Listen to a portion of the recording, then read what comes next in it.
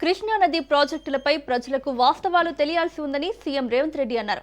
శాసనసభలో నీళ్లు నిత్యాలపై సీఎం రేవంత్ మాట్లాడారు. ఉమ్మడి రాష్ట్రంలో గత 10 ఏళ్లలోనూ ఉమ్మడి మహబూబ్ నగర్ జిల్లాకు అన్యాయం జరిగిందన్నారు. ఎంతో అనుభవం ఉన్న మాజీ సీఎం కేసీఆర్ సభకు వచ్చి సలహాలు సూచనలు ఇస్తారనుకొని తెలిపారు. కేసీఆర్ నదీ జలాల గురించి మాట్లాడితే రాష్ట్రానికి ఉపయోగపడే సలహాలు చెప్తారనుకున్నామని తెలిపారు. సభల్లో మాట్లాడిన దానికంటే అసెంబ్లీలో మాట్లాడే మాటలకు విలువ ఉంటుందని చెప్పారు. కృష్ణా జలాలపై చర్చను తెరపైకి తెచ్చిందే ప్రతిపక్ష నేత కేసీఆర్ అని, అందుకే కేసీఆర్ మాట్లాడిన వెంటనే అసెంబ్లీలో చర్చ చేపట్టామని, కానీ ఆయన మాత్రం సభకు రాలేదన్నారు. చట్టసభలంటే కేసీఆర్ కి చిన్న చూపు అని స్పష్టం చేశారు రేవంత్ రెడ్డి.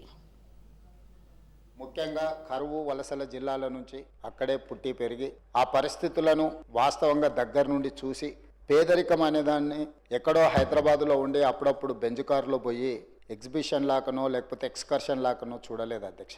గ్రామీణ ప్రాంతాల్లో దళితులు గిరిజనులు అదేవిధంగా పేదల మధ్యలో పెరిగి పేదరికం ఎలా ఉంటుంది, నీటి కరువు ఎలా ఉంటుంది, కరువు వస్తే వలసలు ఏ విధంగా ఇతర ప్రాంతాలకు ఇతర రాష్ట్రాలకు ఇతర దేశాలకు ఏ విధంగా వలసపోతారో ఆ వలసల జిల్లా నుంచే ప్రాతినిధ్యం వహించి రోజు ఇంత దూరం వచ్చినాం అధ్యక్ష. ప్రతిసారి ఈ అంశం మీద తప్పుడు ప్రచారాన్ని ఎప్పుడైతే మేము ఈ అంశాలన్నిటినీ కొన్ని కాగితాలు ఆఫీసులో లేకపోతే రకరకాల దగ్గర ఉన్న కాగితాలు అన్నిటిని కూడా జమ చేసి ఒక క్రొనాలజీ డెవలప్ చేసి ఒక థీసిస్ బుక్ లాగా తయారు చేసి వివరాలు అన్నిటిని పొందుపరిచిన తర్వాత వాళ్ళకి అర్థమైపోయింది. వాళ్ళ బండారం బయటపడ్డది. నిజాలు ఎట్లయినా బయటికి వస్తాయి. నిజం గడపదాపే లోపల అబద్ధాన్ని ఊరంతా తిప్పాలని చంద్రశేఖరరావు గారు, హరీష్ రావు గారు బయలుదేరి మేము కృష్ణానది జలాలలో అన్యాయం జరుగుతుంది బహిరంగ సభలు పెడతామని అన్నారు అధ్యక్ష.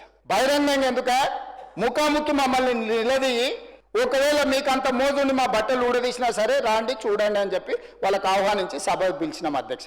తెలంగాణ ప్రభుత్వ ప్రతినిధిగా ఈ 18-19 జూను 2015కు సంవత్సరం పై అయింది చంద్రశేఖరరావు గారు ముఖ్యమంత్రి అయ్యి, అదేవిధంగా హరీష్ రావు గారు సాగునీటి పారుదల శాఖ మంత్రిగా బాధ్యతలు చేపట్టిన తర్వాత మొట్టమొదట తెలంగాణ ప్రజల మీద మరణ శాసనము రాసింది చంద్రశేఖరరావు గారు. హరీష్ రావు గారు బాధ్యత చేపట్టిన తర్వాత ఈ కాగితాన్ని వ్యతిరేకించి ఈ తెలంగాణకు 490 టీఎంసీలు మంజూరైనాయి కాబట్టి ఆనాడు ప్రభుత్వ రికార్డులు తెచ్చిరో తప్పు ఇగో ఇవన్నీ మంజూరీలు ఉన్నాయి. 2020 మళ్ళీ ఎవడొస్తాడా?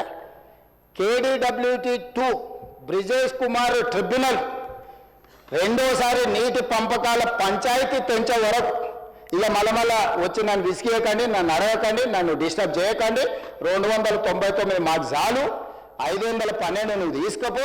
ఆ పంచాయతీ తెగినాడు చూసుకున్నాం కానీ 2020 నాడు పక్కాగా అప్పటి వరకు సమాధి చేసాడు.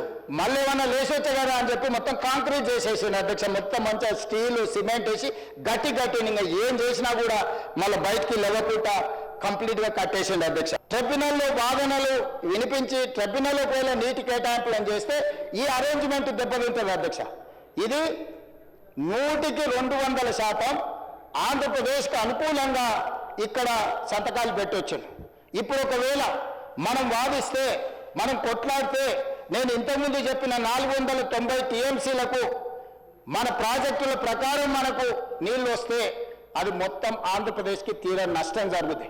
అప్పటి నుంచి ఇక వాళ్ళు ఈ బ్రిజేష్ కుమార్ ట్రిబ్యునల్లో కేసు వాదించడం మానేసి కేసును వాయిదాలు వేసుకొని సంవత్సరాల కొద్ది కొనసాగిస్తున్నారు అధ్యక్ష. సమైక్య పాలనలో సీమాంధ్ర నాయకత్వంతో కొట్లాడి ఆనాడు తెలంగాణ ప్రాంతానికి సంబంధించిన కాంగ్రెస్ నాయకులు ఈ జీవోను తెచ్చారు. 2012లో చంద్రశేఖరరావు ఎక్కడున్నాయో తెలుసా అధ్యక్ష? మహబూబ్ నగర్ పార్లమెంట్ సభ్యుడు ఉండే.